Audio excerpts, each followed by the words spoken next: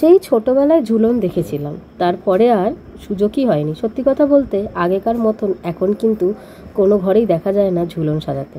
হ্যাঁ, গ্রাম বাংলায় হয়তো এখনও সেই জিনিসটা ধরে রেখেছে, কিন্তু এখানে আর শহর কলকাতাতে কিন্তু আর দেখা যায় না।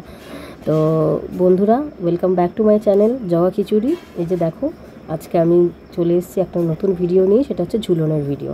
চালতা বাগানের কিন্তু এটা বিখ্যাত ঝুলন। আর সত্যি কথা বলতে আমি চালতা বাগানে এত কাছে থাকি, আমি কখনো জানতামই না। আমার এতগুলো বছর জাস্ট না জানা হয়েই থেকে গেল যে চালতা বাগানে এত সুন্দর ঝুলন বসে বা ঝুলন সাজানো হয়। আমি একটা বেড়ানোর গ্রুপের সাথে যোগ আছি, তোমরা জানো আমি ঘুরতে খুব পছন্দ করি।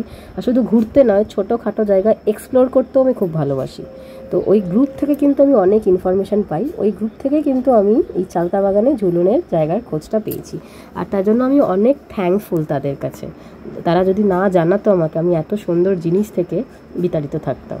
তার কথা বলবো না, তোমরা দেখো শ্রীকৃষ্ণের রাসলীলা বা ঝুলন।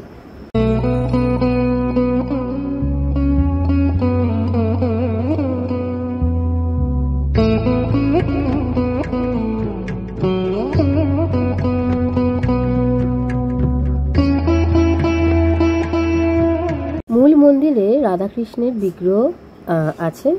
প্রভু কি সুন্দরভাবে বিরাজমান এখানে, সেটা তোমরা দেখেই বুঝতে পারছো। মূল মন্দিরের দুপাশেও কিন্তু দুটো মন্দির আছে এবং দুটোই মহাদেবের মন্দির। প্রথমটা মহাদেবের শিবলিঙ্গ, মানে এটা কি মানে দ্বারা আমি জানি না, মহাদেবের শিবলিঙ্গ বললাম, ভীষণ সুন্দর। আর দ্বিতীয়টা হচ্ছে এরকম বাবা মহাদেব এইভাবে বসে আছে। আমার তো মহাদেবই লাগলো, কারণ সামনে নন্দী আছে। যদি ভুল বলি তাহলে আমাকে বলে দিও। চলো এবার তোমাদের পথ নির্দেশটা বলে দিই। সিমলা স্ট্রিট আছে, বিবেকানন্দ রোড, তারপরে সিমলা স্ট্রিট, তারপরেই কিন্তু চালতাবাগান লোহাপট্টি। ঠিক চালতাবাগান লোহাপট্টি আর সিমলা স্ট্রিটের মাঝখানের যে গলিটা, সেই গলিটাতেই কিন্তু এই ঝুলনের মেলাটা বসে। বিখ্যাত সিমলা স্ট্রিট অথবা চালতাবাগান এসে যে কাউকে জিজ্ঞেস করলেই কিন্তু তারা দেখিয়ে দেবে গলিটা কোথায়। পুরো 15 দিন ধরে মেলা চলে, সেটাও তোমাদের দেখাবো। এবং এটা কিন্তু তোমরা দেখতে পারো, প্রতিদিনই কিন্তু খোলা থাকে। হয়তো ঝুলন থাকবে না, কিন্তু মন্দির খোলাই থাকে। ঝুলন আরম্ভ হওয়া এবং ঝুলন শেষ হওয়ার 2 দিন পরে অবধিও কিন্তু থাকে। তো তোমরা এবছর তো হলো না, পরের বছর অবশ্যই গিয়ে দেখে এসো। এত সুন্দর ঝুলন, কাছেপিঠের মধ্যে এত সুন্দর ঝুলন কিন্তু আমি সত্যি দেখিনি। আর বন্ধুরা, আমার ভিডিও থেকে যদি তোমরা এরকমই সুন্দর সুন্দর জায়গায় খোঁজ পেতে চাও, তাহলে অবশ্যই কিন্তু আমার এই ভিডিওটাকে লাইক করে দিও, একটা পারলে কমেন্টস করো এবং চ্যানেলটাকে অবশ্যই সাবস্ক্রাইব করে দিও।